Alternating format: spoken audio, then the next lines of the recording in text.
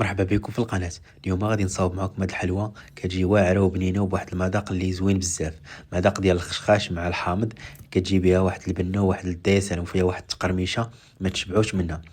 ندوزو للتحضير. اول حاجه كناخذوا واحد القصريه كنديروا فيها الزبده، السكر كلاصي، شويه د الملحه. جميع المقادير بالعبارات غتلقاهم في الوصف. صافي كنضربوا هذيك الزبده مزيان حتى كيذوب لنا داك السكر كما كتشوفوا. كنضربوها مزيان، ضروري خص الزبده نضربوها مزيان حتى كيذوبوا لنا دوك الحبيبات ديال السكر. من بعد غنضيفوا واحد البيضه تكون موين صافي وغادي نخلطوا. يعني هاد الحلوه راه ما فيهاش المقادير بزاف، ساهله. غنضربوا هذيك البيضه مع ديك الزبده مزيان وحنا كنضربوا حتى كيمتزجوا لنا المكونات.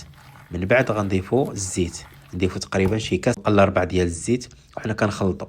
غادي نضيفوا هذاك الزيت ونخلطوا مزيان حتى يولي لنا الخليط كريمي كما كتشوف. يعني راه حلوه سهله صراحه، كتجي فيها واحد التقرميشه وواحد البنه يا سلام.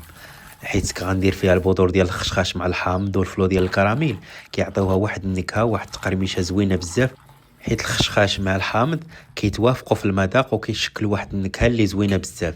واللي داقه عندكم غيقول لكم كيفاش درتوا ليا. صافي هنا غادي نضيف قشور ديال الحامض، غادي نخلطهم مزيان. من بعد غادي نضيف البذور ديال الخشخاش. نتوما الا بغيتو يجي البذور ديال الخشخاش بزاف تقدروا ديروا حتى 2 معالق. انا هنايا حيت غندير بذور الخشخاش من الفوق، غادي نزينها من الفوق، درت غير شويه من الداخل. صافي من بعد غنضيفوا الدقيق. ضفت هنا تقريبا 400 غرام ديال الدقيق، وعلى حسب يعني ما غتفوتلكمش ما بين 400 حتى 350 غرام. وكما كنقول ديما الدقيق ديما غربلوه. صافي غادي نضيف هنايا واحد الخماره ديال الحلوى كتكون ما بين 7 حتى 8 غرام. صافي وغادي نجمعوا العجينه ديالنا، غادي نجمعوها غير برؤوس الاصابع. وبتبقى تضيفوا الدقيق غير بالتدريج. الا كان خاصها مثلا الا كانت مازال مطلوقه ضيفوا لها الدقيق وجمعوا العجينه ديالكم. انا هنا كنجمعها على هذا الشكل كما كتشوفوا. صافي يعني العجينه ما خصهاش تكون قاصحه وما خصهاش تكون رطبه، خصها تكون موين يعني ما رطبه ما قاصحه، يعني ما تكونش كتلصق في اليد. صافي هنا العجينه ديالي وجدات، غادي ندوز نشكلها. غادي نخليها على جنب.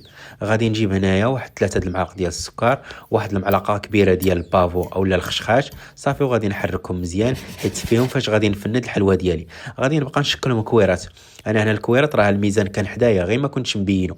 يعني انا هنا هاد الكويرات راني عبرتهم، درت فيهم 30 غرام حيت انا بغيتهم يجيوني متساويين. انتم الا ما كانش عندكم الميزان تقدروا ديروا عينكم ميزانكم، ولكن فاش كتعبرهم كيجيو متساويين وكيجيو زوينين في المنظر، وحتى فاش كتقدمهم كيجيو مزيانين. صافي غادي نبقى نشكل الحلوه ديالي وغنبقى نفندها وكنطبخها بهذا الطابع ديال المروحه كما كتشوفوا.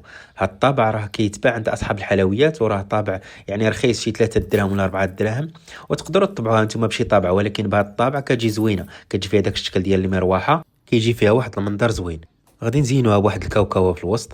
غادي ندوزوها في بياض البيض وغادي نديروها تما باش تلصق، حيت الا درتوها بلا بياض البيض ما غاديش تلصق لكم. صافي غادي ندخلوها على الفران اللي يكون سخون وغادي نقصوا على الحراره على 160. غنخليو الحراره على 160، يعني ما كيفوتش ما بين 4 ساعات حتى 3 ساعه كطيب لنا. فاش طابت لنا جاتنا على هذا الشكل، كتجي واحد الحلوه اللي زوينه ورائعه ومقرمشه وبواحد المنظر اللي زوين بزاف. كنصحكم تجربوها. الا وصلتوا لهنا بغيت نقول لكم ما تنساوش تشاركوا في القناه وديروا لي واحد جيم وتخليوا لي واحد كومونتير زوين وتعطيوني الاقتراحات ديالكم في التعاليق.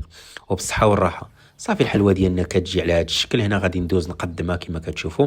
يعني واحد الحلوه اللي رائعه وزوينه، وصراحه فيها واحد التقرميشه وواحد البنه وهماويه، يعني بهذاك المنظر ديال الخشخاش مع الكاوكاو كتجي زوينه بزاف. غادي نفتح معكم وحده وغادي تشوفوا كيفاش كتجي. يعني كتجي واحد التقرميشه، هذاك البافو مع الحامض كيعطيها واحد البنه وواحد اللذه.